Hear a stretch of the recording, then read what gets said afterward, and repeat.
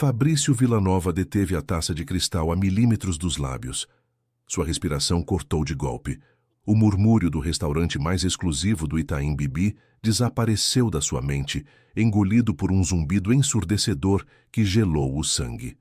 Frente a ele, a apenas 3 mesas de distância, havia um fantasma. Seus sócios alemães falavam de uma fusão farmacêutica de 50 milhões de dólares. O advogado gesticulava mostrando gráficos de ganhos. Fabrício não escutava uma única palavra. Seus olhos escuros e habitualmente frios estavam cravados na estação de serviço do canto, onde os garçons jogavam os pratos sujos. Ali estava ela, Natiele. Fabrício piscou com força, achando que o estresse estava lhe pregando uma peça, mas não. Era a mesma mulher que havia abandonado havia 5 anos. A mesma mulher brilhante, a técnica de enfermagem da UTI com um futuro impecável, a única pessoa que o havia amado antes de sua conta bancária ter 9 zeros. Mas a mulher que estava vendo agora não se parecia em nada com a lembrança que o atormentava nas noites de insônia. Ela usava um uniforme de enfermagem azul marinho, completamente desgastado e desbotado pelas lavagens. Sobre o uniforme, um avental preto de restaurante manchado de gordura e molhos. Carregava o cabelo preso num coque apressado. Suas mãos, antes suaves e precisas ao curar feridas, agora estavam envoltas em grossas luvas de borracha amarelas, rachadas pelo uso. Fabrício sentiu um golpe físico no estômago. A observou se mover com uma rapidez nervosa, quase paranoica. Natiele não estava limpando as mesas, estava furtando. Com movimentos calculados para evitar que o gerente do restaurante a visse, ela raspava as sobras de comida dos pratos finos. Pedaços de salmão semi-devorado, pão intacto, restos de risoto. Tudo ia rapidamente parar em sacolas plásticas transparentes que escondia num balde de limpeza sob a estação. Sr. Villanova, o senhor concorda com a cláusula de exclusividade? Perguntou o advogado, interrompendo o transe. Fabrício não respondeu. Não desviou o olhar. Viu como um garçom de terno impecável passava ao lado de Natiele e a empurrava acidentalmente com o ombro. "Sai da frente, lixo!" sibilou o garçom, irritado por ter de desviar da funcionária de limpeza.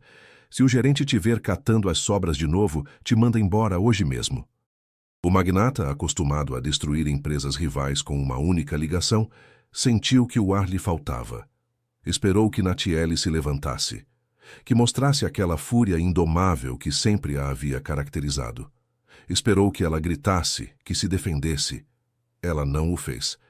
Natiele baixou a cabeça. Seus ombros se encolheram, submissos, derrotados. Murmurou um pedido de desculpa inaudível. Aferrou com força a sacola plástica cheia de sobras e continuou limpando a mesa com um pano sujo. Aquela imagem quebrou algo dentro de Fabrício. A culpa que havia enterrado sob camadas de ternos sob medida, carros blindados e mansões de mármore, explodiu de uma vez. "Senhor Villanova", insistiu o sócio alemão, visivelmente contrariado pela falta de atenção.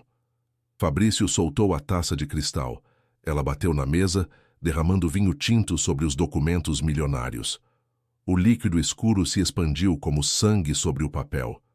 A reunião terminou, disse Fabrício com uma voz tão grave e áspera que silenciou a todos na mesa. "O que, Fabrício?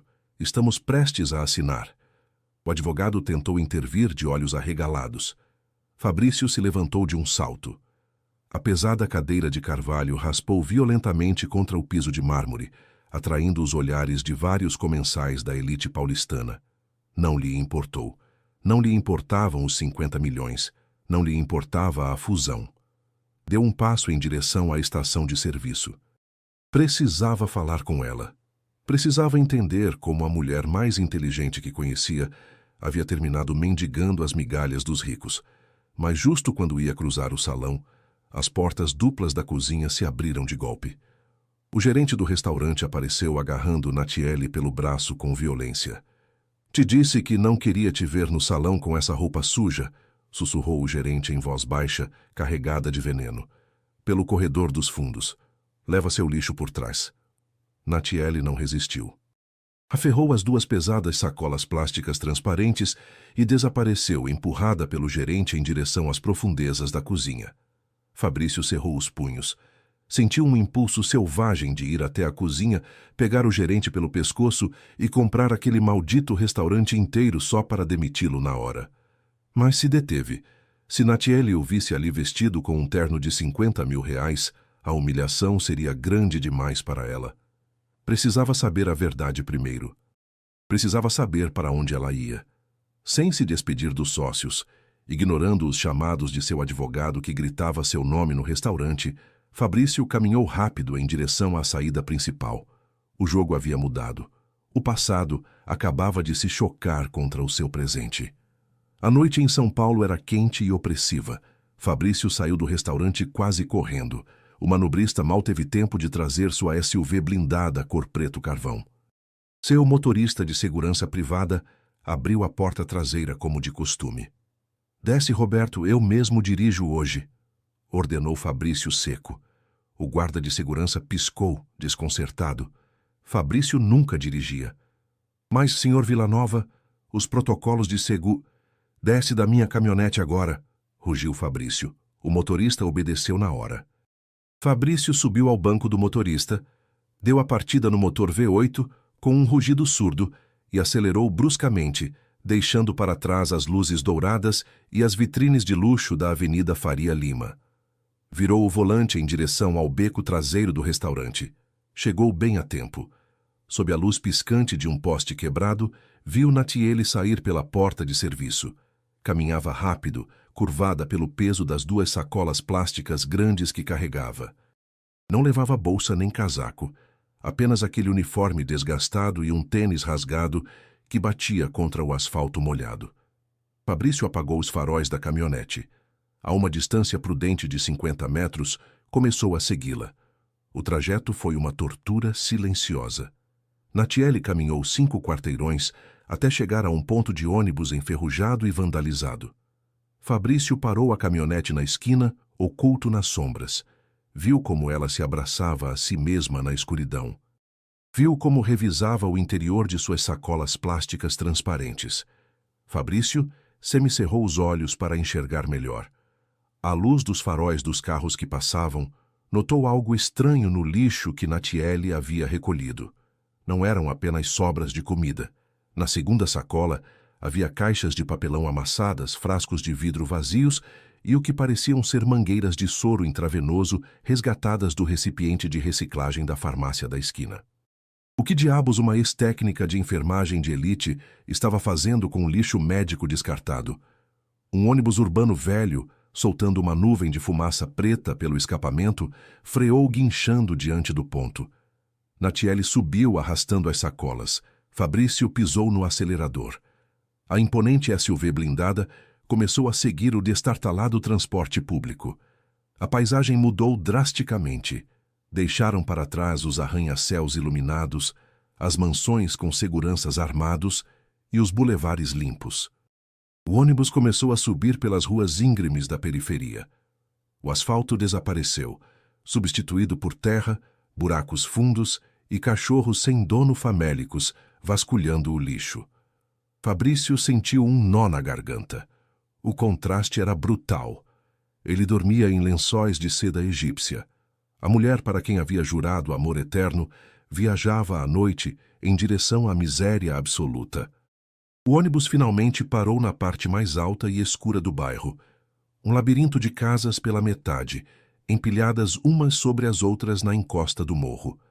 As paredes eram de tijolo rachado, exposto e sem tinta.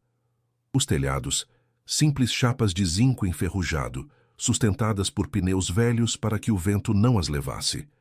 Natiele desceu do ônibus. A rua era estreita demais e íngreme demais para a caminhonete de Fabrício. Apagou o motor, destrancou a porta. Sabia que estava quebrando todas as regras de segurança. Um homem com um relógio Patek Philippe no pulso, caminhando sozinho por aquele bairro à meia-noite, era um alvo em movimento. Mas o medo não existia na sua mente naquele momento. Só existia a urgência desesperada de saber o que havia sido de Natiele. Desceu do veículo pisando no barro úmido com seus sapatos italianos. Fechou a porta sem fazer barulho e começou a segui-la a pé, mantendo a distância, colando-se às sombras dos muros inacabados. O cheiro de umidade, de lenha queimada e de esgoto invadia o ar. A respiração de Fabrício era pesada. Via a silhueta de Natiele caminhar com dificuldade pelo morro íngreme, parando às vezes para recuperar o fôlego. Seus joelhos tremiam pelo esforço de carregar as sacolas, mas ela não parava. Havia uma urgência nos seus passos, uma determinação feroz. Finalmente, Natiele parou diante da casa mais precária de toda a quadra. Era uma estrutura pequena, quase afundada no terreno. A porta não era mais do que uma chapa de metal amassada, presa com uma corrente fina. Uma luz morna, amarelada e muito tênue se filtrava pelas frestas da porta. Fabrício se escondeu atrás de um muro de blocos de concreto a escassos 10 metros. Seu coração batia com tanta força que lhe doía o peito. Observou. Natiele deixou as sacolas no chão de terra. Tirou as luvas amarelas com pressa, enfiou uma chave enferrujada no cadeado e empurrou a pesada porta de metal. A porta rangeu abrindo-se lentamente. Fabrício prendeu a respiração. Ia sair do seu esconderijo, ia gritar o nome dela, ia sacar um cheque, ia fazer o que estivesse ao seu alcance para tirá-la daquele inferno. Deu um passo à frente, abrindo a boca para falar. Mas então algo o paralisou por completo. A luz morna do interior da casa banhou o rosto de Natiele, revelando um sorriso repentino, um sorriso cheio de um amor puro e desesperado que apagou todo o cansaço do seu rosto. "Já cheguei, meu amor", sussurrou Natiele com a voz quebrada, mas doce. Das profundezas escuras da casa precária, uns pequenos pés descalços correram em direção à porta. Fabrício congelou. Seus olhos se abriram desmedidamente. Um arrepio de terror e assombro lhe percorreu a coluna vertebral, pregando-o ao chão enlameado. No umbral da porta, agarrando-se à perna da calça de Natiele, apareceu uma criança. Devia ter uns 4 anos. Usava uma camiseta cinza grande demais para o seu pequeno corpo magro. Mas não foi a pobreza do menino que deixou Fabrício sem oxigênio nos pulmões. Foi o seu rosto. À luz tênue daquela casa de zinco, Fabrício viu os próprios olhos, viu o próprio nariz, viu o mesmo cabelo preto e rebelde que ele tinha na juventude. O menino tossiu forte, um som seco e doentio que ecoou no silêncio da rua, antes de levantar a vista para Natiele. "Trouxe meu remédio, mamãe?" perguntou o pequeno com uma voz frágil e cansada. Fabrício recuou um passo, batendo bruscamente no muro de concreto. O impacto lhe tirou o ar.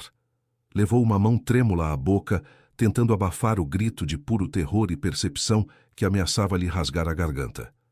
5 anos. Havia-a abandonado havia exatamente 5 anos. O milionário, o homem que controlava vida e morte no mercado farmacêutico, caiu de joelhos sobre o barro frio.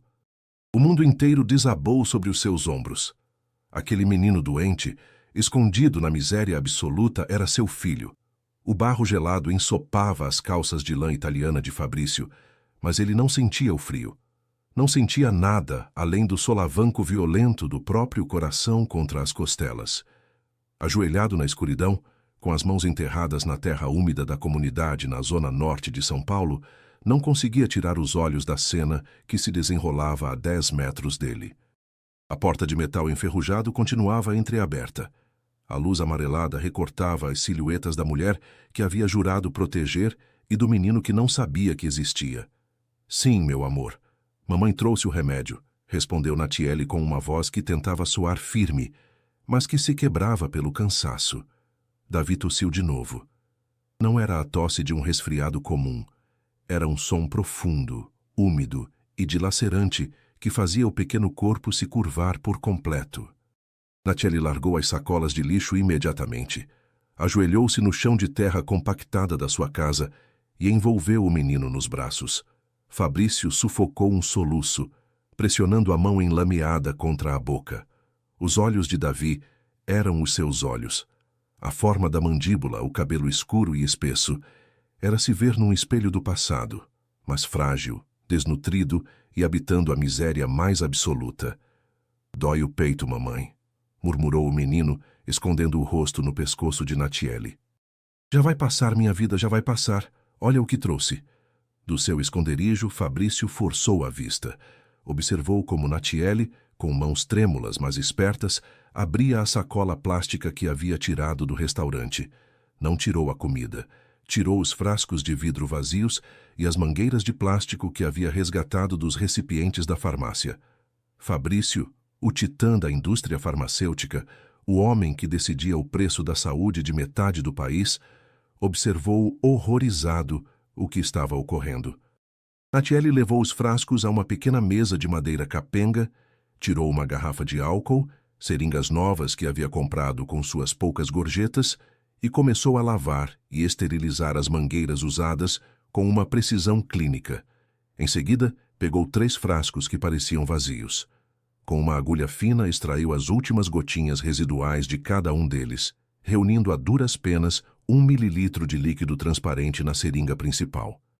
Fabrício reconheceu o rótulo dos frascos, mesmo à distância.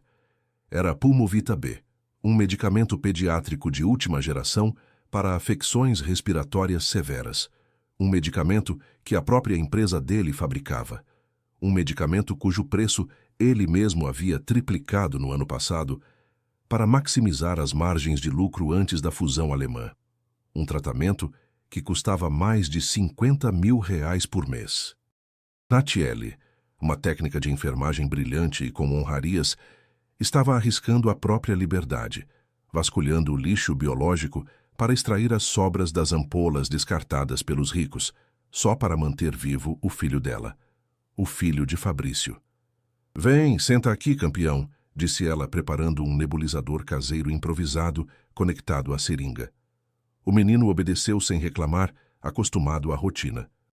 Enquanto a máquina velha começava a zumbir, bombeando o medicamento resgatado para os pulmões de Davi, Natiele se deixou cair contra a parede de tijolo sem tinta. Fechou os olhos e, pela primeira vez em toda a noite, deixou escapar uma lágrima solitária que escorregou pela bochecha suja. Fabrício quis gritar, quis se levantar, chutar aquela porta de zinco, sacar o talão de cheques e comprar o hospital inteiro naquela mesma noite. Quis abraçar aquele menino e pedir perdão a ela até ficar sem voz. Apoiou-se no muro de concreto, pronto para sair das sombras, mas se deteve. O que ia dizer? "Oi, Natiele. Lamento ter te deixado pela herdeira de um império há 5 anos, quando me disseste que precisava falar comigo de algo urgente."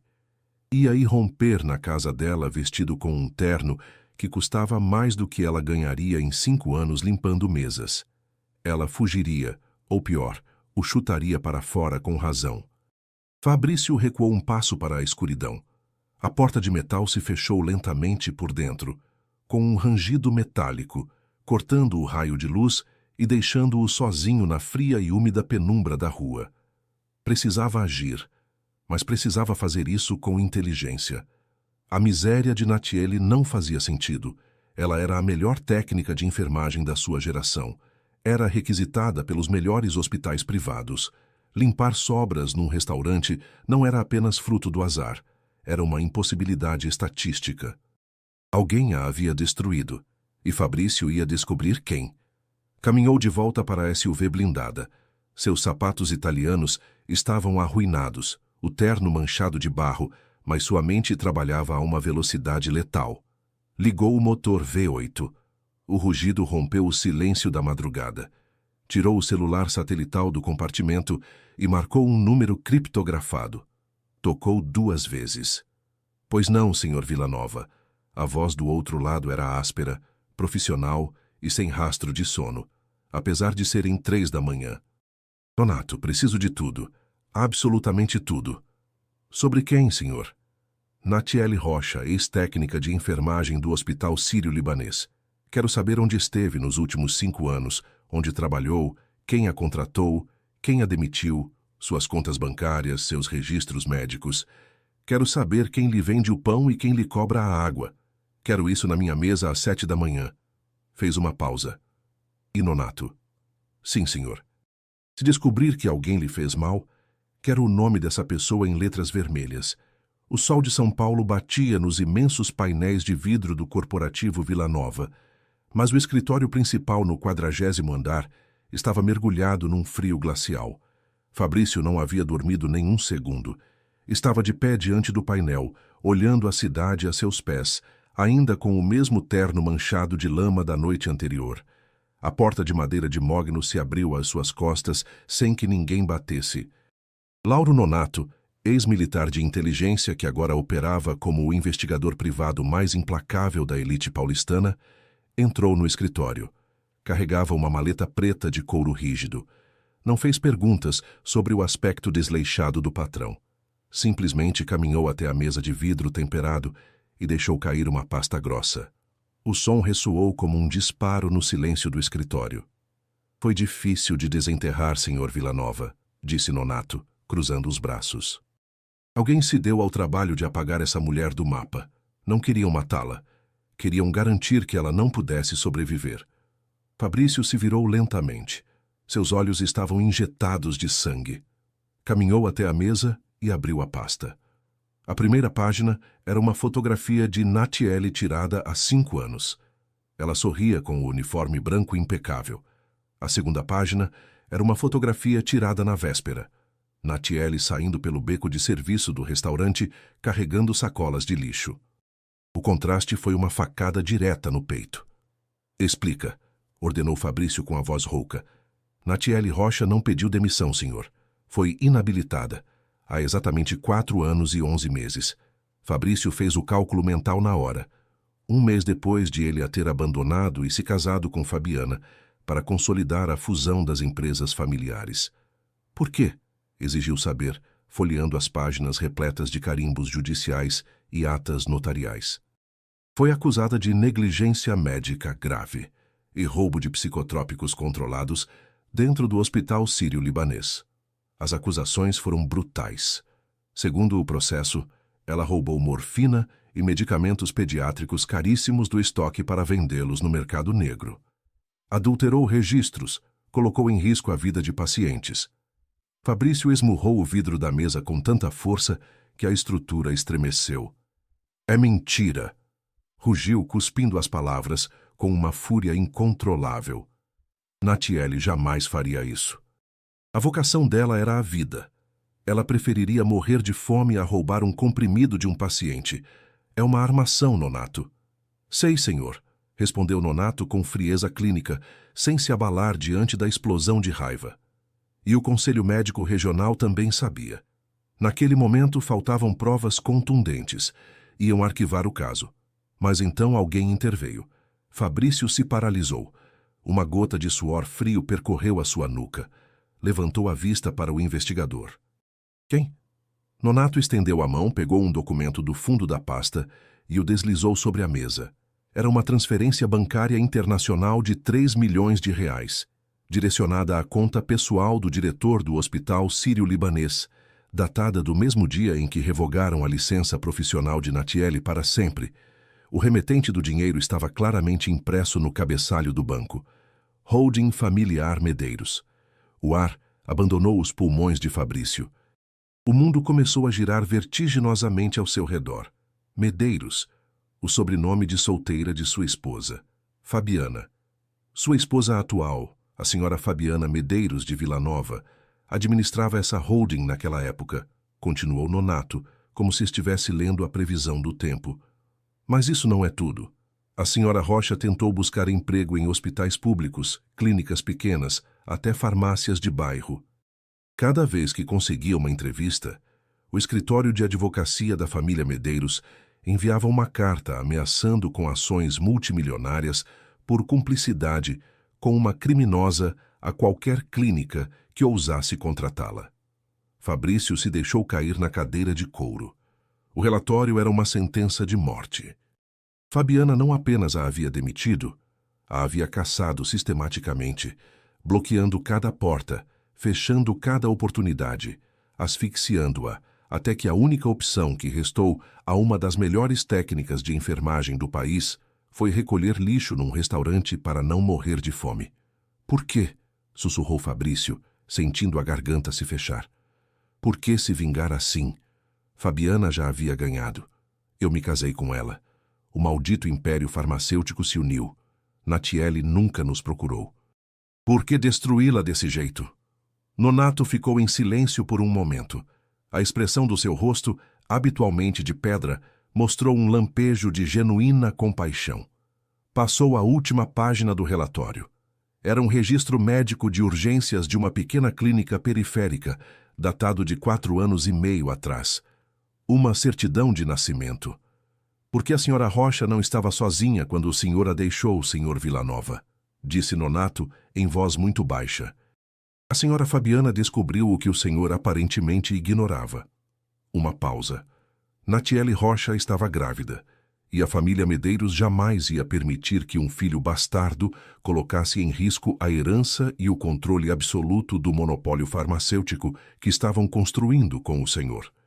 O silêncio no 40º andar foi absoluto, ensurdecedor. Fabrício pegou a certidão de nascimento com mãos trêmulas. Ali estava, impresso em tinta preta, nome do recém-nascido, Davi Rocha. O espaço onde deveria estar o nome do pai estava dolorosamente em branco. Fabrício fechou os olhos e a imagem de Davi tossindo na escuridão, numa casa com piso de terra batida, usando um nebulizador improvisado com sobras de lixo médico, o golpeou com a força de um trem de carga. Seu filho, o herdeiro legítimo de todo aquele império de cristal e aço no qual estava sentado. Sua esposa sabia. Sua esposa havia financiado a miséria da mulher que amava para enterrar vivo o próprio filho dele. Fabrício abriu os olhos. A culpa paralisante que havia o dominado durante a madrugada havia desaparecido por completo. Em seu lugar, um fogo escuro, uma raiva assassina e calculada, tomou conta de cada célula do seu corpo. Levantou-se. A postura mudou. Já não era o homem de negócios derrotado. Era um predador prestes a destroçar o próprio império. Nonato, disse Fabrício com uma voz tão fria que congelaria o inferno. Cancela todas as minhas reuniões. Congela minhas contas bancárias pessoais compartilhadas com Fabiana. Bloqueia o acesso dela aos cartões de crédito e retira o nome dela das propriedades imediatamente. Senhor, isso vai desencadear uma guerra legal com a família Medeiros ainda hoje. As ações da empresa vão despencar. Que despencam, sentenciou Fabrício, abotoando o paletó manchado de lama com absoluta calma. Quero essa família na rua antes da meia-noite. Vou queimar esta empresa até os alicerces, se for preciso. Fabrício pegou as chaves da SUV da mesa e caminhou com passo firme em direção à saída. Para onde vai, senhor? Perguntou Nonato. Fabrício parou no batente da porta. Seus olhos brilhavam com uma determinação feroz e perigosa. Buscar o gerente de um restaurante e depois recuperar a minha família. O rugido do motor V8 ricocheteou nas paredes de vidro do distrito financeiro. Fabrício Villanova dirigia como um homem possuído. Atravessou as avenidas exclusivas do Itaim Bibi, ignorando semáforos e limites de velocidade. Os pneus da pesada SUV blindada guincharam violentamente ao frear de golpe diante da entrada principal do restaurante. Não esperou o manobrista. Deixou o veículo ligado, bloqueando a entrada dos carros de luxo, e empurrou as pesadas portas de mogno com uma força que fez tremer os vidros. O interior do restaurante estava na plena hora do almoço. Executivos, políticos e mulheres da alta sociedade lotavam as mesas, mas Fabrício não viu nenhum deles. Seu olhar escaneou o lugar como um predador em busca de sua presa. E então ouviu. Vinha do corredor que conectava o salão principal às cozinhas. Uma voz aguda carregada de desprezo e prepotência. Te disse que as mesas da varanda não se limpam com esse pano, sua idiota. Gritava o gerente, um homem de terno cinza ajustado e rosto avermelhado pela raiva. Olha você, que nojo, você cheira a rua. Os clientes estão reclamando do seu aspecto. Fabrício caminhou pelo corredor a passos largos e pesados. O sangue lhe fervia nas veias.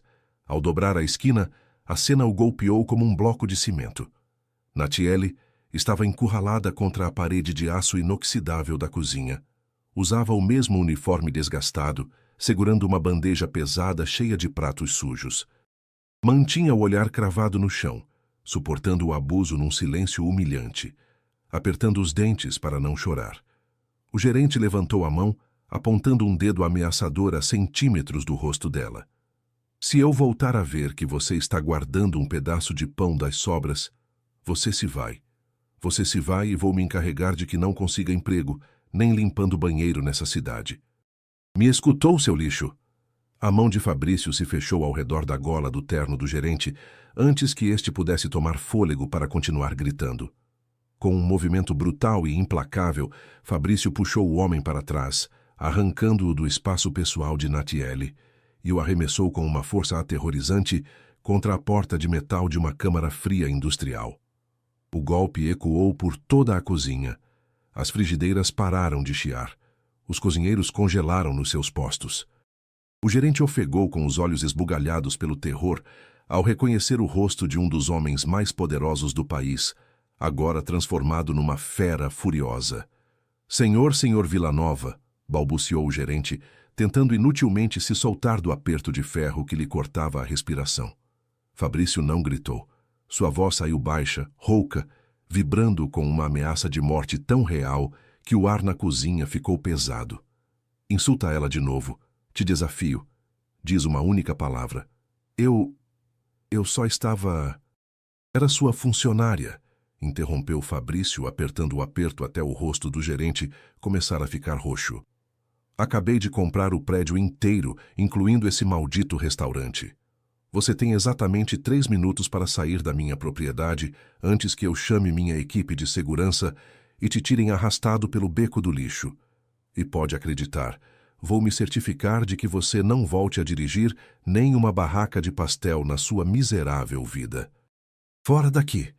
Fabrício o soltou com um empurrão violento. O gerente tropeçou, caiu de joelhos, se levantou às tropelias e fugiu correndo em direção à saída de emergência, pálido como um cadáver. O silêncio na cozinha era absoluto. Ninguém respirava. Fabrício se virou lentamente com o peito agitado, esperando encontrar o olhar de alívio da mulher que acabava de resgatar. Mas Natiele não o olhava com gratidão. A bandeja de pratos sujos havia caído ao chão, quebrando a porcelana em 1000 pedaços. Natiele o observava com os olhos muito abertos, mas não havia surpresa neles. Só havia um terror puro, primitivo e visceral. Recuou um passo, pisando nos cacos sem se importar. Sua respiração era rápida, errática. Natiele, sussurrou Fabrício, dando um passo em direção a ela e estendendo uma mão trêmula. Todo o poder e a fúria que havia mostrado um segundo antes desapareceram por completo. Natiele, por favor. Não foi isso que saiu dos lábios dela. Foi uma negação carregada de pânico. Deu meia volta e correu. Empurrou as pesadas portas duplas da saída de serviço e saiu disparada em direção ao beco traseiro. Natiele, espera! Gritou Fabrício correndo atrás dela. O sol implacável da tarde batia no asfalto do beco, inundando o ar com cheiro de lixo e umidade. Fabrício saiu para a luz cegante e a viu a poucos metros, tentando abrir desesperadamente o cadeado enferrujado da bicicleta velha. Alcançou-a em 3 passadas. Pegou seu braço com suavidade, aterrorizado de machucá-la. Me solta! Gritou Natiele com uma força dilacerante. Se virou com a fúria de uma leoa acuada e o empurrou pelo peito com as 2 mãos, usando toda a força que lhe restava. Fabrício tropeçou para trás, impactado pela violência da sua reação. Não me toca, não se atreve a me tocar! Gritava ela com lágrimas de raiva e desespero, descendo pelas bochechas sujas de suor. A que veio? A me humilhar? A ver como eu me arrasto? Já viu no que me tornei. Agora vai embora. Natiele, me escuta. Por Deus, eu sei de tudo. Fui à sua casa ontem à noite e te segui. Viu, menino? As palavras foram como um tiro a queima-roupa. Natiele congelou por completo. A cor abandonou o seu rosto. Suas mãos enluvadas de plástico amarelo caíram aos lados, tremendo incontrolavelmente. Abriu a boca para falar, mas o ar parecia não chegar aos pulmões. Vi, Natiele, continuou Fabrício com a voz partida, dando um passo cauteloso em direção a ela, com lágrimas de pura agonia se formando nos olhos. Vi o que você faz com as seringas. Vi o remédio que extrai. Vi como a minha própria empresa está cobrando a vida desse menino. Sei da inabilitação profissional. Sei do hospital sírio-libanês. Sei que foi Fabiana. Natiele fechou os olhos e soltou um soluço abafado que lhe rasgou a garganta. Ela cobriu o rosto com as mãos sujas, colapsando contra a parede de tijolos do beco. Já não era a leoa furiosa. Era uma mulher destroçada, exausta até os ossos por uma guerra que havia 5 anos travava sozinha na escuridão. Fabrício se aproximou, cortando a distância, e parou a centímetros dela. Queria abraçá-la, queria escondê-la do mundo, mas sabia que não tinha o direito. Não depois do que havia feito. Me perdoa, sussurrou Fabrício. E pela primeira vez em toda a sua vida adulta, o homem que controlava um império rompeu a chorar diante de outra pessoa. Me perdoa. Não sabia. Te juro pela minha vida, Natiele. Eu não sabia que ela te havia destruído. Não sabia que tinham te tirado a licença. Natiele levantou o rosto lentamente. Seus olhos vermelhos e inchados o olharam com um rancor frio e profundo que gelou o sangue de Fabrício. E de que serve o seu perdão, Fabrício? Cuspiu ela, com a voz carregada de veneno. O seu perdão não compra o remédio do meu filho. O seu perdão não tira a febre dele.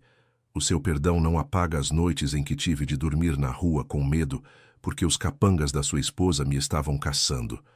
Fabrício sentiu o mundo perder o equilíbrio. Que capangas? Perguntou, sentindo um vazio no estômago. Natiele, me diz a verdade. Esse menino, o menino que vi naquela casa de zinco... Davi.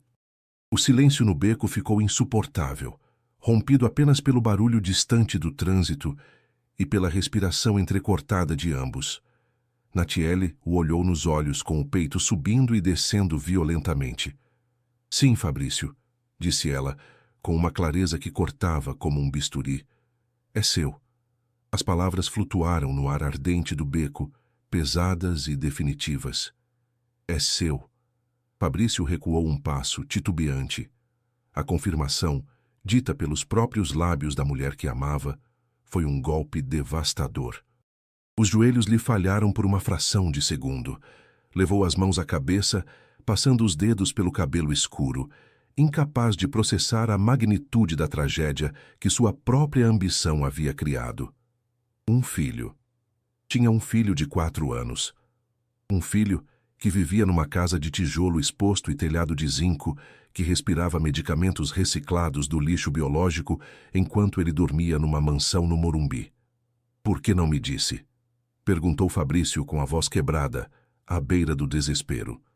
Por que não me procurou? Teria deixado Fabiana, teria cancelado a fusão, teria deixado tudo.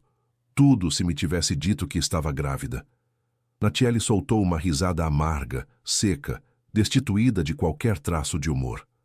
Eu quis te dizer, respondeu ela, cravando os olhos nos dele com uma intensidade aterrorizante. Lembras o dia em que me deixaste, Fabrício? O dia em que me marcaste naquele café sofisticado nos Jardins para me dizer que o nosso romance não cabia nos planos corporativos da sua família? Fez uma pausa. Fui àquela reunião com o teste de gravidez na bolsa. Ia te contar, mas não me deixaste falar. Me entregaste um cheque de indenização emocional e me disseste que me mantivesse longe de você. A lembrança golpeou Fabrício com a força física de um chicote, a arrogância da juventude, a frieza com que a havia tratado para demonstrar ao pai que conseguia ser um líder implacável. Odiou-se a si mesmo naquele segundo mais do que havia odiado qualquer pessoa. Mesmo assim, tentei te procurar semanas depois, continuou Natiele, com a voz tremendo pela fúria contida. Fui ao seu escritório, fui ao seu corporativo de vidro. O segurança não me deixou passar, e naquela mesma tarde me interceptaram. Fabrício levantou a vista de golpe, o terror voltando aos olhos. Quem te interceptou? Natiele se abraçou a si mesma, como se o calor sufocante do beco tivesse de repente se tornado gelo. Seu olhar se perdeu na parede de tijolos, revivendo o pesadelo que a havia empurrado ao abismo. Uma SUV preta igual à sua, sem placas, me fecharam quando eu saía do meu plantão no sírio-libanês. 2 homens de terno desceram. Me colocaram à força no banco de trás. Fabrício parou de respirar. Os punhos se fecharam até os nós dos dedos ficarem brancos. Fabiana estava dentro, disse Natiele, e a pronúncia do nome foi cuspida como veneno. Usava um vestido de grife perfeito, óculos escuros e um sorriso que me revirou o estômago. Sabia do bebê. Tinha um laudo médico privado que eu jamais autorizei. Pausa. E tinha uma arma. O coração de Fabrício parou. Um dos homens me segurou os braços, continuou ela com a voz baixando de volume, presa no terror da lembrança. Fabiana sacou uma pistola pequena prateada, me colocou diretamente no estômago, bem onde o meu filho, o seu filho, estava crescendo, Fabrício. E me olhou nos olhos sem levantar a voz. Natiele fechou os olhos por um instante. Me disse que se eu alguma vez tentasse te contactar, se alguma vez respirasse perto do seu mundo ou mencionasse que aquele filho era seu, ela não me mataria. Disse que esperaria o menino nascer e depois o afogaria na minha frente para que eu vivesse com aquela imagem pelo resto dos meus dias. Um rosnado gutural, escuro e primitivo brotou do fundo do peito de Fabrício. Não era humano. Era o som de um homem cuja alma acabava de ser mutilada. A imagem mental da sua esposa, apontando uma arma para o ventre grávido de Natiele, fez o sangue arder com um ódio homicida. Fabiana me tirou a licença profissional no mês seguinte, seguiu relatando Natiele, com as lágrimas caindo agora livremente, mas sem baixar o olhar. Me acusaram de roubo. Fui expulsa do conselho. Quando tentei buscar um defensor público, ameaçaram de morte o meu locador e me jogaram na rua. Tive de dormir em caixas eletrônicos grávida de 8 meses. Tive de esconder Davi debaixo de viadutos quando nasceu prematuro. Tudo porque a herdeira dos Medeiros não queria que bastardos manchassem o nome da empresa. Fabrício caiu de joelhos sobre o pavimento sujo do beco. Já não lhe importava o terno, o status, o maldito orgulho. Se agarrou às pernas de Natiele e enterrou o rosto na tela desgastada da sua calça, soluçando com uma força que o sacudia por completo. Perdão, perdão, gemia Fabrício, completamente destroçado. O peso das suas decisões, o egoísmo, a cegueira, tudo o esmagava. Natiele não o acariciou. Não lhe devolveu o abraço. Ficou rígida, olhando por cima do ombro do homem que costumava ser o amor da sua vida, agora reduzido a uma casca partida no chão do beco. Engoli meu orgulho, Fabrício, disse ela, com uma frieza sepulcral. Deixei que me pisoteassem. Limpo mesas, recolho lixo, extraio medicamentos vencidos para que Davi possa respirar mais um dia. Fiz um acordo com o inferno para mantê-lo vivo, escondida nos morros onde Fabiana não pudesse encontrá-lo. Natiele deu um passo para trás, forçando Fabrício a soltá-la. O olhou de cima, implacável. Por isso te peço que vá embora, Fabrício. Não precisamos de você. Nunca precisamos. A sua presença aqui é uma sentença de morte para o meu filho. Se Fabiana souber que nos encontrou, ela vai cumprir a promessa, e eu não vou deixar que enterre meu filho nos seus cemitérios de mármore. Natiele deu meia volta, pegou a bicicleta velha pelo guidão e começou a caminhar rapidamente em direção à avenida, deixando-o para trás. Natiele, espera. Fabrício se levantou do chão trastejando. Seus olhos já não tinham lágrimas. Agora tinham o brilho frio e letal de um homem disposto a queimar o mundo inteiro.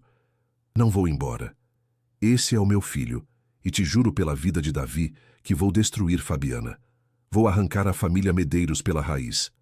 Natiele parou na esquina do beco. Não se virou, apenas girou um pouco a cabeça para lançar suas últimas palavras. Davi não tem muito tempo, Fabrício. O remédio vencido já não faz efeito. Os pulmões dele estão falhando. Guarda a tua vingança de milionário. Eu só quero que meu filho respire. E sem mais nada, Natiele desapareceu no mar de pedestres e no trânsito da cidade, deixando Fabrício sozinho na sombra do beco. O magnata ficou paralisado por alguns segundos. O desespero se transformou numa clareza fria e absoluta. Tirou o celular satelital do bolso interno do paletó arruinado. A tela estava manchada de lágrimas e poeira. Marcou novamente o número de Nonato, seu chefe de inteligência e segurança.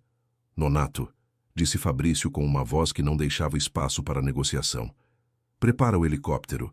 Quero uma equipe tática de segurança médica em posição e entra em contato com o Conselho de Administração da Medeiros Vila Nova Farmacêutica.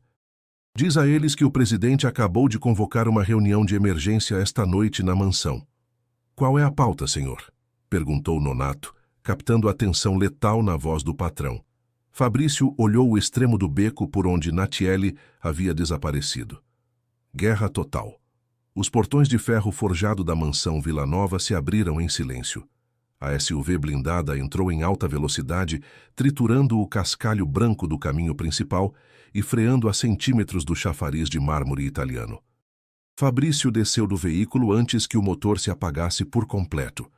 Ignorou os seguranças armados que o olhavam com desconcerto. O terno, uma obra-prima da alfaiataria europeia, continuava manchado com o barro do morro e a poeira do beco. Os sapatos de couro deixavam rastros sujos sobre o impecável piso de granito do vestíbulo. Caminhou diretamente em direção à sala principal. Fabiana Medeiros estava sentada no sofá de veludo branco. Usava um vestido de seda esmeralda, segurando uma taça de espumante cristalino enquanto revisava um catálogo de leilões de arte no tablet. A luz dos candelabros de cristal iluminava o rosto perfeitamente esculpido, frio e inalterável. Ao escutar os passos pesados, levantou a vista. A expressão de desdém foi instantânea.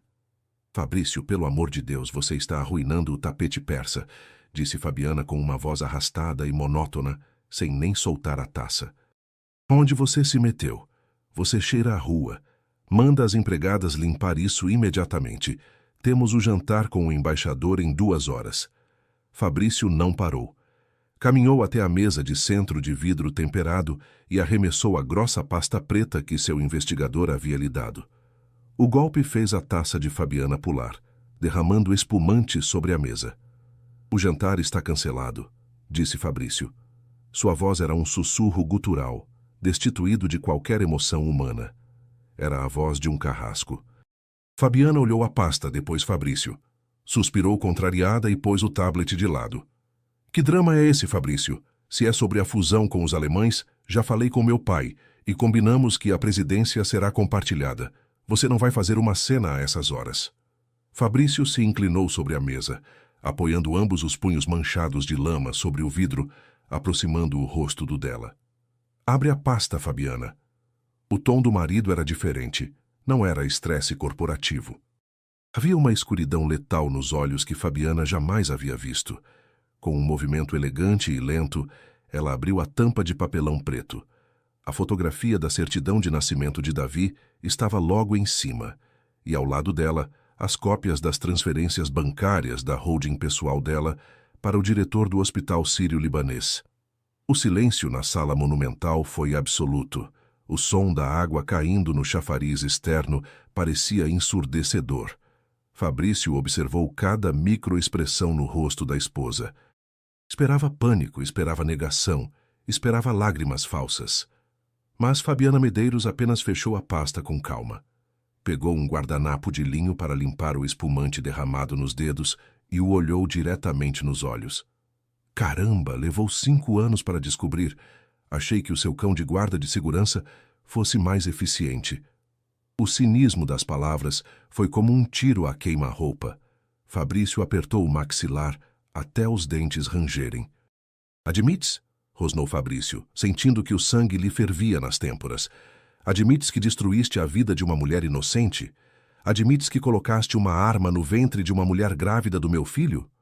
Fabiana se levantou, alisando o vestido de seda. Não recuou. Seu filho? Soltou uma risada seca, desprovida de humor. Por favor, Fabrício, aquele bastardo não é nada. É o erro de um homem fraco que não sabia onde pisava. Quando a minha família investiu bilhões para salvar a sua patética empresa farmacêutica da falência, não o fizemos para que terminasse brincando de casinha com uma técnica de enfermagem sem tostão. Era o meu sangue, rugiu Fabrício, socando a mesa de vidro com tanta força que uma rachadura apareceu no centro. Fabiana não piscou. Era um parasita, cuspiu ela com os olhos brilhando de superioridade. Um cabo solto, uma ameaça direta às ações da companhia. Se aquela mulher abrisse a boca, o escândalo público teria afundado a fusão antes de começar. Eu fiz o que você não teve coragem de fazer. Limpei a sua bagunça. Protegi o nosso império. Deveria estar de joelhos me agradecendo. Fabrício a olhou e, pela primeira vez em 5 anos de casamento, viu o verdadeiro monstro com quem partilhava a cama. Um monstro de gelo e avareza. Você está doente, sussurrou Fabrício, endireitando-se lentamente. A fúria explosiva foi substituída por uma calma sepulcral. Sou pragmática, respondeu Fabiana, cruzando os braços. E se você acha que esse teatrinho vai mudar alguma coisa, está muito enganado. O menino continua escondido no buraco da miséria. Ela continua sendo uma criminosa inabilitada. E eu continuo com 49% dos votos no conselho de administração. Se tentar se divorciar, se tentar reconhecer aquele lixo como seu filho, afundo as ações da empresa amanhã mesmo. Vou te deixar na rua. Fabrício não gritou, não a insultou. Simplesmente enfiou as mãos nos bolsos da calça arruinada. Já é tarde para isso, Fabiana. Fabiana franzou o senho, desconcertada pela primeira vez. Do que você está falando? Fabrício sacou o celular e lhe mostrou a tela. Havia um e-mail enviado para todo o conselho de administração, para os bancos internacionais e para os veículos financeiros do país. Enquanto eu vinha a caminho, Nonato executou a ordem ômega, disse Fabrício, aproveitando como a cor desaparecia do rosto da esposa. Congelei as contas corporativas, transferi a liquidez das suas holdings para paraísos fiscais sob meu controle exclusivo. E acabei de vazar para a imprensa os documentos dos seus subornos ao diretor do hospital. Os olhos de Fabiana se abriram desmedidamente. O pânico enfim rompeu a máscara de porcelana. Você é louco, isso é fraude, vai destruir a companhia. Vai se destruir. Eu construí esta companhia, e eu a vou queimar até as cinzas antes de te deixar um único centavo, sentenciou Fabrício, dando um passo em direção a ela, obrigando-a a recuar. Você não tem mais dinheiro, Fabiana. Não tem mais poder. Seus cartões estão bloqueados. Seus seguranças agora trabalham exclusivamente para mim. Fabrício, você não pode fazer isso. Meu pai vai te destroçar nos tribunais. Que tente. Você tem 10 minutos para arrumar os vestidos de seda e sair da minha casa. Se ainda estiver aqui quando o relógio marcar a hora, deixo o Nonato te tirar arrastada pelo jardim da frente, na frente dos fotógrafos que já estão acampados lá fora. Fabrício lhe deu as costas, deixando-a tremendo, respirando com dificuldade, presa na ruína instantânea que acabava de cair sobre ela. Caminhou em direção à escadaria principal. A guerra havia começado, mas ao menos havia cortado a cabeça da serpente. Agora só importava uma coisa. Davi. O escritório privado de Fabrício no 3º andar da mansão estava às escuras. A única luz vinha dos monitores da sua mesa, onde os gráficos das ações da Medeiros Vilanova Farmacêutica começavam a cair em picada após o vazamento do escândalo. Fabrício tirou o paletó manchado de barro e o jogou no chão. Desabotoou o colarinho da camisa, sentindo que pela primeira vez em anos conseguia respirar. Havia detonado uma bomba nuclear na própria vida. Mas não sentia arrependimento. Sentia urgência. Pressionou o intercomunicador da mesa. Nonato, na linha, senhor, respondeu a voz metálica do chefe de segurança ao instante. Fabiana foi embora. Abandonou a propriedade há 2 minutos num táxi, senhor. Os motoristas tinham ordens de não levá-la. Está histérica. Os advogados do pai dela já estão inundando as nossas linhas, ameaçando com ações penais e bloqueios cautelares. Ignora-os. Não me importam as ações. Quero que localize a melhor equipe de pneumologia pediátrica de São Paulo. Compra o tempo deles. Diz que vou pagar o triplo dos honorários anuais. Prepara o helicóptero no telhado imediatamente. Vamos ao morro. Vou tirar Natiele e Davi daquela casa de zinco esta mesma noite. Queira ela ou não. Sim, senhor. O protocolo de extração... O som estridente do celular pessoal de Fabrício interrompeu Nonato. Fabrício olhou para a tela. Era um número desconhecido. O coração deu um salto antinatural. Um arrepio de puro terror lhe percorreu a nuca. Atendeu, levando o aparelho ao ouvido com mãos trêmulas. Alô. Do outro lado da linha não houve saudação. Apenas o som caótico de alarmes médicos, choros distantes e vozes gritando num eco esterilizado. E então a voz dela, partida dilacerada, totalmente destruída. Fabrício, soluçou Natiele. A voz era um fio de desespero puro. Fabrício se levantou de um salto, jogando a cadeira de couro para trás com violência. Natiele, o que aconteceu? Onde está? Me ajuda, por favor. Te imploro, Fabrício, me ajuda, suplicava Natiele, arrastando as palavras entre lágrimas incontroláveis. O orgulho que havia mantido intacto no beco havia desaparecido por completo. Ele já não respira. Davi já não respira. O mundo inteiro parou para Fabrício Villanova. As paredes do luxuoso escritório pareceram se fechar sobre ele. O que quer dizer que não respira? Fala claro, Natiele. Onde diabos você está? No Hospital Geral Público, né, o da Zona Norte, arfava Natiele, mal conseguindo formar as frases. O remédio, o lixo que reciclei, estava contaminado. Davi teve uma reação alérgica grave. Os pulmões colapsaram.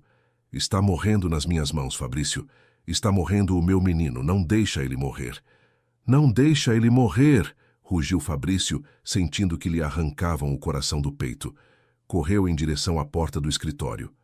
Estou a caminho. Diz aos médicos que aguentem.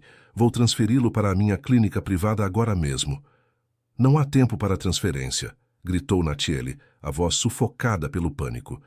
Está entubado, mas o ventilador do hospital não funciona direito. Precisa de Pulmovita B intravenoso puro. Uma dose de choque agora, ou o cérebro vai parar de receber oxigênio em 15 minutos. Não tem esse medicamento aqui, é caro demais para um hospital público. Fabrício congelou no corredor da mansão. Pulmovita B. O próprio medicamento que havia ordenado fabricar e encarecer. Seu filho estava morrendo asfixiado porque o Hospital dos Pobres não conseguia pagar a cota imposta pelo próprio pai da criança. A ironia era uma tortura física, sádica e letal. Me escuta, Natiele. Olha para mim na sua mente. Davi não vai morrer hoje. Me escutas? Vou até lá com as malditas ampolas. Diz aos médicos que o mantenham vivo com massagem cardíaca se necessário. Chego em menos de 15 minutos.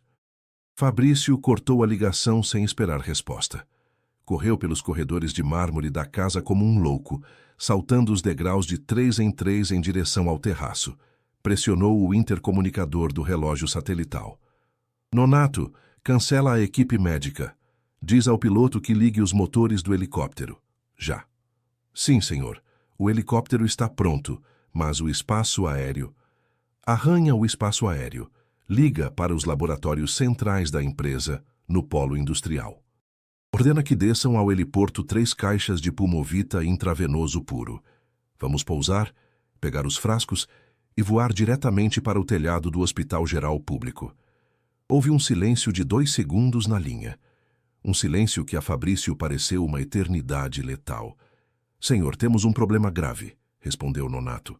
A voz do ex-militar, sempre estoica, agora soava tensa e urgente. Não há problemas hoje, Nonato.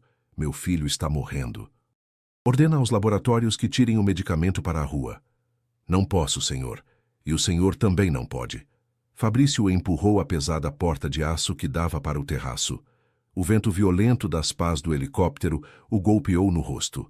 Mas as palavras do chefe de segurança o paralisaram no umbral. O que está dizendo, Nonato? Eu sou o presidente desta empresa. Não mais, senhor, respondeu Nonato sobre o barulho das turbinas. Os advogados da família Medeiros agiram mais rápido do que pensamos.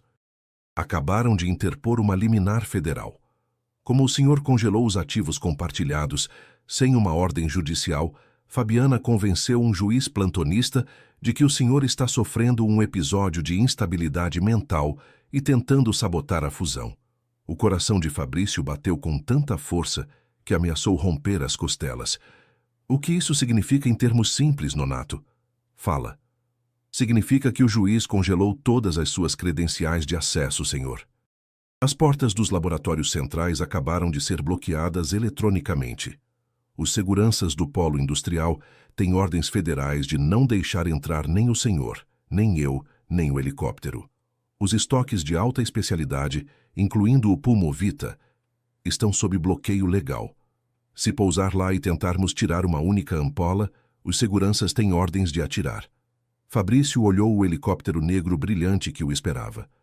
Seu dinheiro, seu poder, seus contatos, tudo havia se evaporado no ar, no exato momento em que a vida do filho dependia disso. Fabiana havia lhe armado uma cilada perfeita. Não apenas ia destruí-lo financeiramente, ia deixar o filho morrer asfixiado, enquanto ele observava de fora dos próprios laboratórios. O relógio corria. 13 minutos. Fabrício apertou os dentes, sentindo o gosto metálico do sangue na boca. Diz ao piloto que decola, Nonato. Senhor, te aviso. Se pousar nos laboratórios, nos vão prender antes de chegarmos às câmaras. Não precisamos de autoridade, Nonato, rosnou Fabrício, caminhando em direção ao helicóptero, sob a tempestade de vento, com o olhar de um homem que já não tinha absolutamente nada a perder. Precisamos de potência de fogo. Diz à sua equipe tática que carregue as armas. Vamos assaltar a própria empresa. O helicóptero bimotores cortou o céu noturno de São Paulo como uma lâmina negra. Lá embaixo, as luzes da cidade se difundiam num mar de néon e sombras. Mas Fabrício Villanova não olhava pela janela. Os olhos estavam cravados no cronógrafo do relógio de pulso. 9 minutos. Esse era o tempo exato que restava ao cérebro de Davi antes que a falta de oxigênio causasse um dano irreversível. Ou pior ainda, a morte clínica. 9 malditos minutos. Mais rápido! Rugiu Fabrício pelo auricular de comunicação, a voz competindo com o estrondoso barulho das turbinas. Espreme os motores, não me importa se os queimas. Estamos no limite, senhor, respondeu o piloto suando frio, enquanto manobrava a pesada aeronave desviando de arranha-céus. Estou vendo o polo industrial, mas as luzes do heliporto dos laboratórios centrais estão em vermelho. Ativaram o protocolo de exclusão aérea. Pelo para-brisa da cabine, Fabrício viu o imponente complexo de cristal e aço negro que abrigava o coração do seu império farmacêutico. Os alarmes estroboscópicos piscavam furiosamente no terraço. E pior ainda, sob as luzes de emergência, um esquadrão tático de segurança privada estava implantado em formação de combate ao redor da pista de pouso. Usavam coletes à prova de balas, capacetes balísticos e rifles de assalto apontados diretamente para o céu. Os próprios homens de Fabrício, comprados e controlados agora pela liminar federal de Fabiana. Pousa, ordenou Fabrício, desafivelando o cinto de segurança. Senhor, eles têm autorização para atirar se tocarmos a pista? Gritou o piloto apavorado. Nonato, sentado à frente de Fabrício na cabine traseira, engatilhou o subfuzil compacto com um estalo metálico e letal. Os 4 homens de elite fizeram o mesmo em perfeita sincronia. Pousa essa coisa agora mesmo ou eu mesmo te dou um tiro, sentenciou Nonato com uma frieza arrepiante. O piloto engoliu em seco, fez uma curva brusca e deixou o helicóptero cair em picada. Os patins de pouso golpearam o concreto do terraço com uma violência que sacudiu toda a estrutura. Antes que as pás parassem de girar, Fabrício chutou a porta deslizante e saltou ao telhado, envolto no vendaval ensurdecedor dos rotores. Para aí, senhor Villanova! Gritou o capitão do esquadrão por um megafone a 20 metros de distância. Temos uma liminar federal executiva. O complexo está sob confinamento. Desça da plataforma e coloque as mãos na cabeça. Uma dúzia de miras a laser vermelhas se cravaram instantaneamente no peito de Fabrício e na cabeça de Nonato. Fabrício não parou. Não levantou as mãos. Não piscou diante dos 12 rifles que lhe apontavam para o coração. Caminhou diretamente em direção à linha de fogo, com passos pesados e decididos, como um deus da guerra descendo ao submundo. Nonato e a equipe avançaram flanqueando-o, formando um escudo humano assimétrico com as armas erguidas, prontos para desencadear uma carnificina no terraço do próprio corporativo. Atira se tiver coragem, Beltrão, rugiu Fabrício, reconhecendo o capitão dos seguranças pelo sobrenome. Atira e te juro que os mato a todos antes de meu corpo tocar o chão. Meu filho está morrendo num hospital público e vim buscar o remédio dele. Sai do meu maldito caminho. O capitão Beltrão hesitou. O dedo lhe tremeu no gatilho. Trabalhava para a empresa, sim, mas Fabrício Villanova era a empresa. A fúria demoníaca nos olhos do magnata Não era a de um executivo desesperado. Era a de um pai disposto a banhar o telhado em sangue. Beltrão baixou o cano do rifle uma pousada. Foi suficiente. "Abram passagem", gritou o capitão aos homens, fazendo-se de lado. Os mercenários baixaram as armas, separando-se como o mar vermelho. Fabrício passou entre eles sem olhar para trás, seguido de perto por Nonato, chutando a porta de acesso ao cubo dos elevadores. Nível -3. Câmara de refrigeração de alta segurança, ordenou Fabrício ao entrar no elevador de vidro. Nonato deslizou o cartão de acesso mestre. O elevador desceu em queda livre e controlada, engolindo os andares em segundos. O silêncio na cabine era agônico. Fabrício olhou o relógio. 7 minutos. As portas se abriram no subsolo. O ar-condicionado do nível -3 era glacial. À sua frente se erguia uma porta circular de titânio puro de 2 metros de espessura, incrustada num muro de concreto reforçado. Era a câmara onde se armazenavam os frascos de primeira linha, os protótipos e os biológicos mais valiosos e perigosos do continente. Entre eles, o Pulmovita B. Fabrício correu em direção ao painel de controle lateral, apoiou a palma da mão direita no scanner biométrico e aproximou o olho do leitor de retina. Uma luz verde horizontal escaneou o rosto. O sistema zumbiu. Fabrício prendeu a respiração, esperando o habitual estalo das engrenagens de titânio se libertando. Em vez disso, a luz verde piscou e se tornou um vermelho intenso e sangrento. Uma voz sintética feminina ecoou no corredor subterrâneo. Acesso negado. Credenciais biométricas bloqueadas. Bloqueio de segurança por ordem do Conselho de Administração. Código override necessário. Fabrício recuou como se tivesse levado um soco na mandíbula. Socou o painel de vidro com o punho fechado, partindo a tela em pedaços. "Nonato, explode essa porta! Bota C4 nas dobradiças!" gritou Fabrício, completamente fora de si, com a voz quebrada pelo pânico. Nonato correu até a porta de titânio, examinou o batente de vedação a vácuo e balançou a cabeça lentamente. "Não posso, senhor. Te pago para poder. Explode a porta." "Não é a porta, senhor." "É o que há dentro", gritou Nonato, segurando Fabrício pelos ombros para fazê-lo reagir. "O senhor mesmo projetou esta câmara. Está selada a vácuo termorregulado. Se detonar explosivos plásticos para abrir uma brecha, a onda de choque e a mudança de pressão instantânea vão vaporizar todos os frascos de cristal no interior. O Pulmovita B é um composto instável. Vai virar pó se explodir a câmara." O mundo inteiro desabou sobre a cabeça de Fabrício. Vacilou para trás, apoiando as costas na fria parede de concreto. O próprio gênio, a paranoia corporativa, a obsessão por proteger os próprios bilhões de reais haviam se convertido na tumba do filho. Fabiana sabia. Sabia que ele tentaria entrar pela força e sabia que a violência não lhe serviria de nada. Era o bloqueio mestre, uma armadilha da qual não havia saída atirada. 6 minutos. O celular de Fabrício vibrou no bolso. Tirou-o com mãos trêmulas. Era uma mensagem de Natiele. Apenas 2 palavras que lhe congelaram a alma. "Está cianótico. Apressa." Davi estava ficando azul. O oxigênio não chegava mais aos órgãos.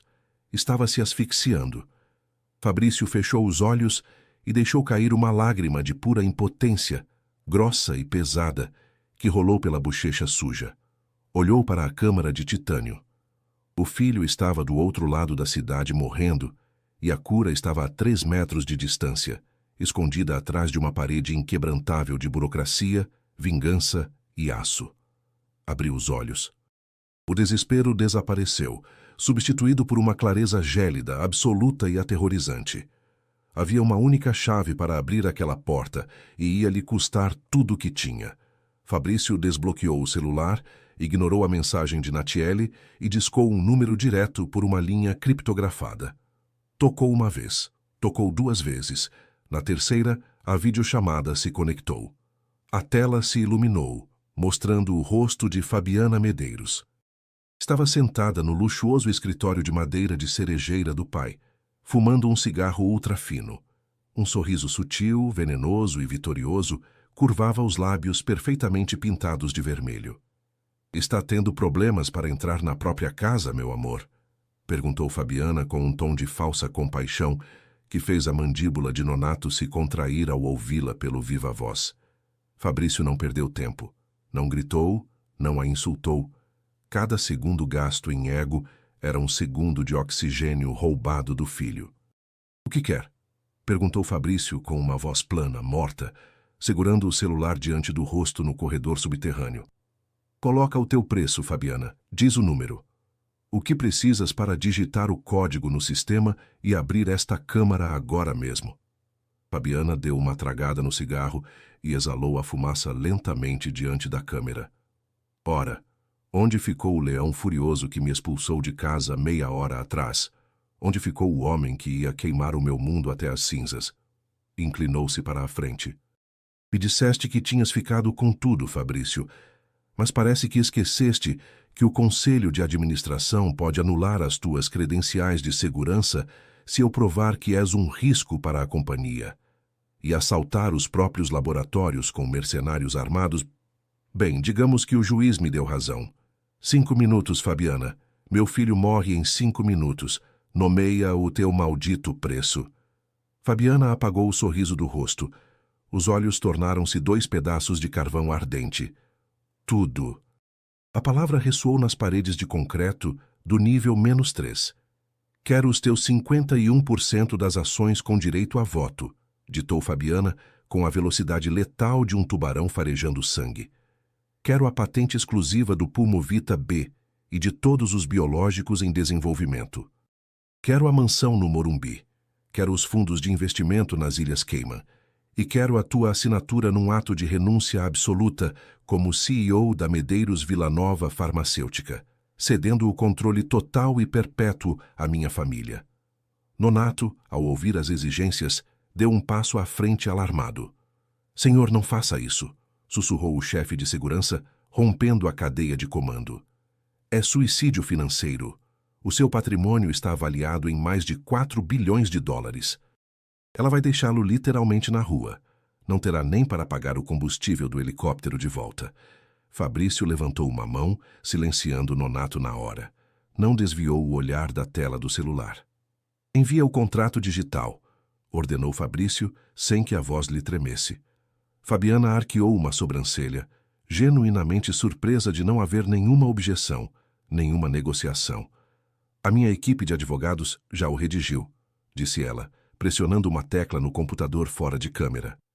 Está na tua caixa de entrada. Um contrato inteligente. Assim que o sistema validar a tua assinatura biométrica, as ações são transferidas e o código da Câmara é liberado automaticamente. O celular de Fabrício emitiu um bip agudo. Abriu o e-mail. Ali estava. Centenas de páginas de jargão legal projetadas para despojá-lo de cada centavo que havia ganho, roubado ou construído nos últimos 20 anos. Toda a vida, o status, o império, o poder sobre a vida e a morte, reduzido a um documento PDF. Apoiou o polegar sobre o scanner do celular. Por uma fração de segundo hesitou.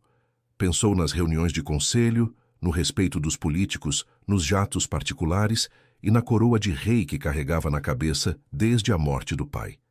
E então lembrou da casa de zinco. Lembrou os olhinhos escuros de Davi, olhando-o na escuridão, tossindo. Lembrou Natiele de joelhos lavando lixo. Fabrício pressionou o polegar contra a tela.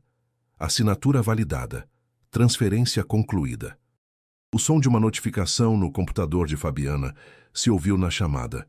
Fabrício acabava de presentear 4 bilhões de dólares em 3 segundos.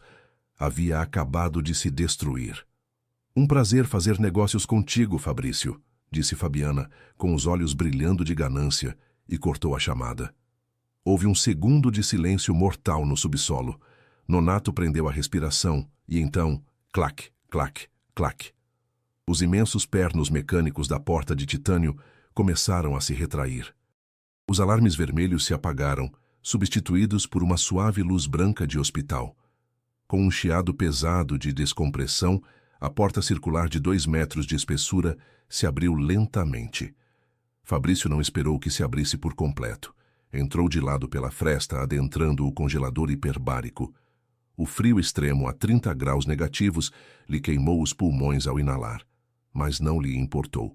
Correu pelos corredores de prateleiras metálicas cobertas de geada. Fileira 3, seção B. Pediatria crítica. Ali estava.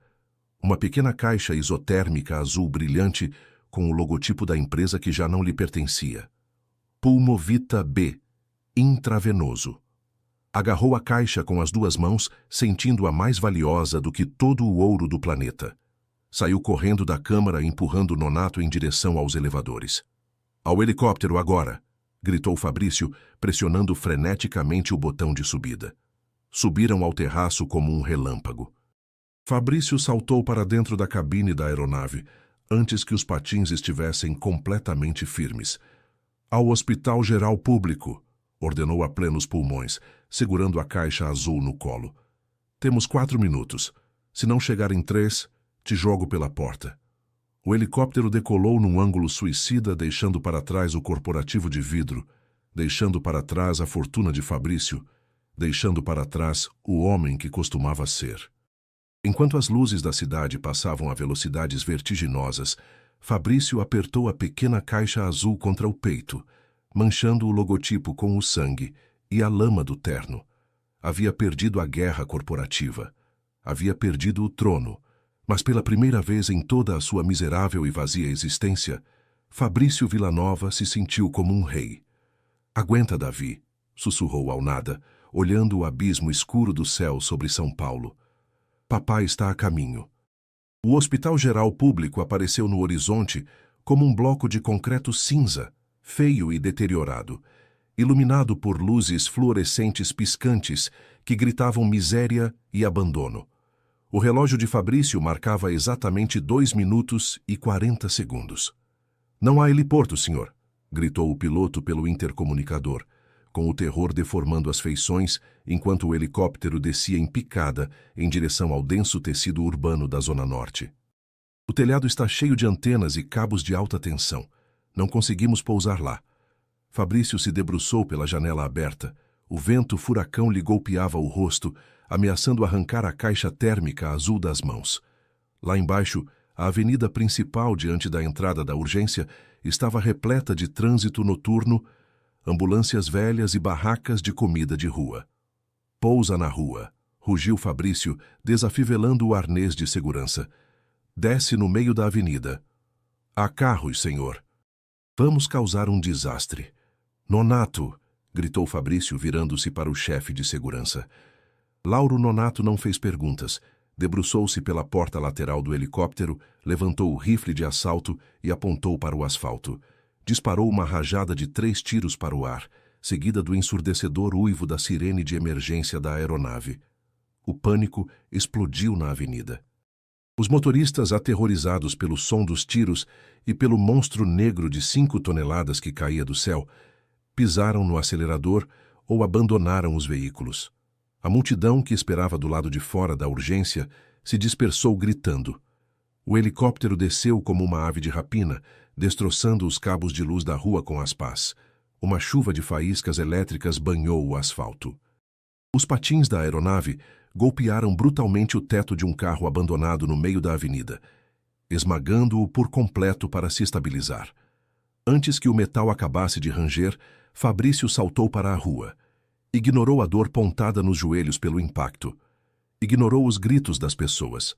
Aferrou a caixa térmica azul contra o peito manchado de sangue e lama e correu em direção às portas de vidro da urgência com a velocidade de um homem fugindo do próprio inferno.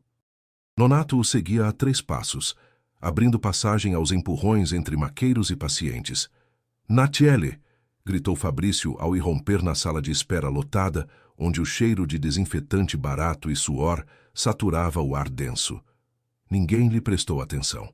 O caos de um hospital público de madrugada devorava tudo.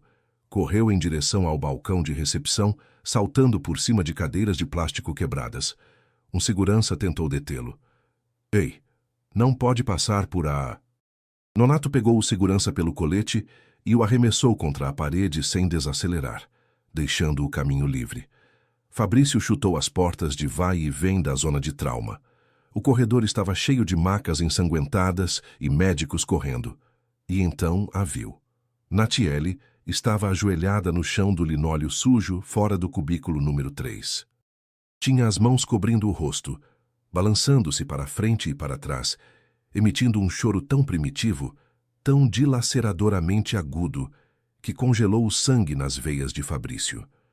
Era o som de uma mãe, a qual acabam de arrancar a alma do corpo. Não, não, Davi, por favor, não! Gritava ela, batendo o chão com os punhos cerrados. O coração de Fabrício parou. O relógio marcava 0.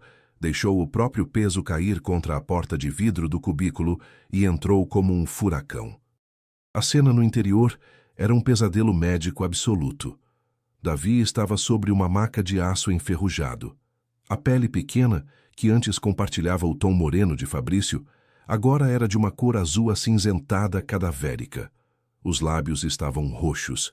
Um tubo de plástico rígido descia pela garganta, conectado a um ventilador manual, que um jovem residente bombeava freneticamente com as mãos trêmulas. O monitor de sinais vitais não emitia bips rítmicos, emitia um tom longo, contínuo e estridente. Uma linha plana. Um médico mais velho, encharcado de suor, retirou as mãos do pequeno peito de Davi e olhou para o relógio de parede. Hora do óbito. 3h14 da manhã. Não. O rugido de Fabrício sacudiu os alicerces do hospital.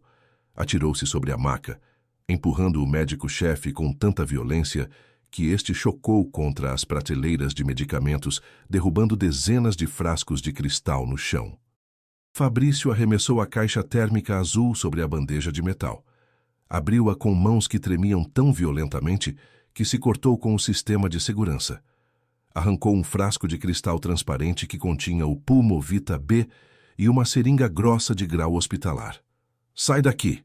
gritou a chefe de enfermagem, tentando agarrar Fabrício pelo braço. "Chamem a segurança.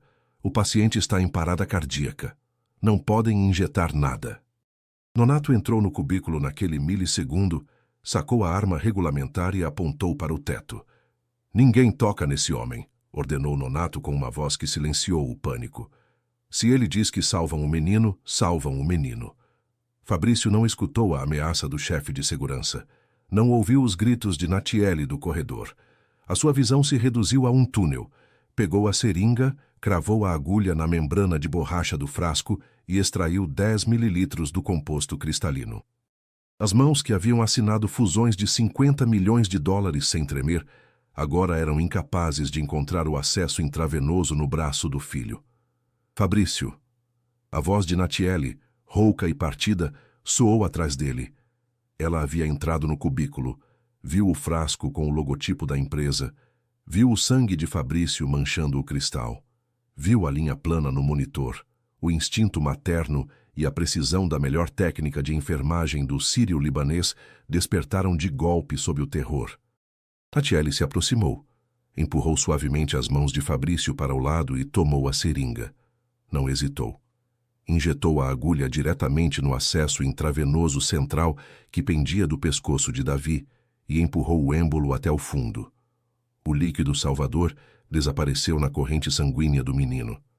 "Massagem cardíaca", ordenou Natiele com uma frieza robótica, olhando para o médico residente que continuava paralisado. "Faz a maldita massagem cardíaca agora mesmo, para que o sangue circule o medicamento." O jovem médico reagiu. Colocou 2 dedos sobre o externo de Davi e começou a comprimir. 1, 2, 3, 4 vezes. Fabrício recuou um passo, apoiando as costas na parede fria, sentindo que as próprias pernas já não o sustentavam. Não conseguia respirar. Cada segundo era uma eternidade de tortura. Olhava a linha verde e plana na tela do monitor, rezando a um Deus em que havia deixado de acreditar há muito tempo. 10 segundos. Nada. 15 segundos. Davi continuava azul. 20 segundos. O silêncio da parada cardíaca dominava a sala. Fabrício fechou os olhos, preparando-se para a escuridão total, preparando-se para o castigo divino pela arrogância, por Fabiana, pelos 5 anos de abandono. Havia perdido o império por nada. Havia chegado tarde. E então, bip. Fabrício abriu os olhos de golpe. Bip, bip. A linha plana na tela do monitor se arqueou, formando uma pequena montanha verde. Depois outra. E outra. O peito de Davi se arqueou bruscamente sobre a maca, como se um raio invisível lhe tivesse atravessado a coluna. Os pequenos olhos se abriram de par em par, injetados de sangue, buscando o ar com um desespero selvagem. O médico residente arrancou o tubo da garganta. No mesmo instante, Davi inalou. Foi um som úmido, profundo, rouco. O som mais bonito que Fabrício Villanova havia escutado em 48 anos de vida. O menino tossiu violentamente, cuspindo fluido pulmonar sobre o jaleco de Natiele, e então soltou um choro forte, claro, cheio de oxigênio puro. A cor cianótica começou a desaparecer da pele, substituída por um rosado morno e vital. Natiele desabou sobre o peito do filho, abraçando-o com uma força protetora, enterrando o rosto no pescoço dele enquanto chorava aos gritos. Desta vez, eram gritos de agradecimento absoluto. Os médicos do hospital público se olhavam incrédulos. Tinham acabado de presenciar um milagre médico impulsionado por um fármaco que jamais haviam visto nas próprias mãos. Fabrício se deixou escorregar pela parede até cair sentado no chão sujo da urgência. O homem dos 4 bilhões de dólares, o rei de cristal, escondeu o rosto entre os joelhos e começou a chorar em silêncio. Os ombros tremiam convulsivamente. Havia perdido a Medeiros Villanova Farmacêutica. Havia perdido a fortuna, a mansão, o futuro corporativo. Mas a linha do monitor continuava soando forte, rítmica, imparável. Bip, bip, bip. Fabrício sorriu entre as lágrimas. Jamais havia se sentido tão imensamente rico. O amanhecer rompeu sobre São Paulo como um incêndio de luzes laranjas e roxas, iluminando o caos urbano. 4 semanas haviam se passado. O escândalo financeiro mais grave da década continuava dominando as manchetes. O Conselho de Administração da Medeiros, liderado agora por Fabiana, havia descoberto o presente envenenado que Fabrício lhe havia deixado. Sim, ela tinha o controle total. Sim, tinha as patentes. Mas Fabrício havia esvaziado os fundos de pesquisa e rompido os contratos internacionais antes de assinar a rendição. Fabiana não havia herdado um império. Havia herdado uma casca vazia e dívidas bilionárias. As ações haviam caído 60%. A família Medeiros estava em ruínas, afogada em auditorias federais pelos subornos hospitalários que Fabrício havia vazado. Mas a Fabrício nada disso importava mais. O ar na parte alta do morro era fresco. O asfalto destruído estava úmido pela chuva da noite anterior. Fabrício caminhava pela rua estreita e íngreme da comunidade. Já não usava o terno Tom Ford de 50 mil reais. Usava uma calça jeans desgastada, botas de trabalho de sola grossa e uma camisa de algodão xadrez com as mangas dobradas até os cotovelos. Não havia escolta, não havia SUV blindada. Carregava numa mão uma sacola de feira plástica cheia de frutas frescas, carne e pão quente. Na outra segurava uma pequena caixa de madeira com um jogo de blocos de construção. Parou diante da casa na encosta. A mesma parede de tijolo rachado exposto, o mesmo telhado de zinco. Mas agora a porta de metal enferrujado não estava fechada com cadeado. Estava aberta de par em par, deixando entrar a luz limpa da manhã. Fabrício espreitou. Lá dentro, a pequena mesa capenga estava coberta com uma toalha limpa. Natiele estava de costas para a porta, fritando ovos num fogão de 2 queimadores. Usava roupa civil simples, o cabelo solto caindo sobre os ombros. Já não usava o uniforme desgastado, nem as luvas amarelas, nem o peso esmagante do terror nas costas. Ao pé da mesa, sentado no chão de terra limpa, estava Davi. O menino havia recuperado peso. Os olhos brilhantes e escuros, o vivo reflexo do pai, estavam concentrados em brincar com um carrinho de plástico que lhe faltava uma roda. A respiração era profunda, silenciosa e perfeita. Fabrício bateu suavemente no batente da porta de metal com os nós dos dedos. Natiele se virou. Ao vê-lo ali parado no umbral, sem a máscara de magnata, um sorriso pequeno e tímido apareceu no rosto dela. A raiva, o rancor e o ódio haviam começado a sarar. Ele havia entregado o próprio mundo pela vida do filho, e ela sabia. As feridas levariam tempo, talvez anos, mas o muro de gelo havia quebrado. Davi levantou a vista ao ouvir o barulho. Os olhos enormes se cravaram no homem alto da porta. Largou o carrinho de plástico, pôs-se de pé rapidamente e correu em direção à entrada com os passinhos apressados. Fabrício largou as sacolas de comida imediatamente, deixando-as cair na terra. Caiu sobre um joelho, abrindo os braços bem a tempo. O impacto do pequeno corpo de Davi chocando contra o peito foi a força mais grande e devastadora que Fabrício havia sentido no universo. O menino rodeou o pescoço do pai com os bracinhos magros, enterrando o rosto no ombro de Fabrício, respirando com a força de um furacão vivo. Fabrício fechou os olhos e enterrou o rosto no cabelo escuro de Davi. Inalou o cheiro de sabonete barato e de vida pura. Apertou-o contra o peito com uma força protetora e inquebrantável. As lágrimas voltaram a brotar, mas desta vez eram lágrimas de um homem livre. "Oi, campeão", sussurrou Fabrício, com a voz partida pelo amor mais puro e selvagem que um ser humano pode albergar. Davi se separou um pouco, olhando-o nos olhos, e lhe dedicou um sorriso imenso, sem nenhum rastro de doença ou medo. "Trouxe meus blocos, papai", disse o menino, apontando para a caixa caída no chão. A palavra papai flutuou no ar humilde da casa de zinco. Não ressoou em corredores de mármore. Não foi dita diante de herdeiros corporativos, nem em reuniões de acionistas. Foi dita no coração da miséria, onde Fabrício Villanova havia encontrado a única riqueza verdadeira da sua vida. Fabrício lhe devolveu o sorriso. Pegou os blocos de madeira e tomou o filho nos braços, erguendo-o do chão como se fosse o troféu mais sagrado do mundo. Entrou na casa onde o aroma de café recém-feito e o calor do lar o esperavam. O império de cristal havia caído em cinzas, mas o império de sangue apenas começava a ser construído. Gostou desta história? Se você chegou até aqui, é porque sabe reconhecer uma narrativa que mexe com a alma. Deixe o seu like e se inscreve no canal. Cada notificação que você ativa é uma forma de dizer que quer mais histórias como essa. Agora, uma pergunta especial para você nos comentários. Qual cidade brasileira você mora? E qual comida típica daí melhor representa o amor de mãe? Pode ser o cuscuz do Nordeste, o frango com quiabo de Minas, o pão de queijo de Goiás, o acarajé da Bahia. Comenta aqui embaixo.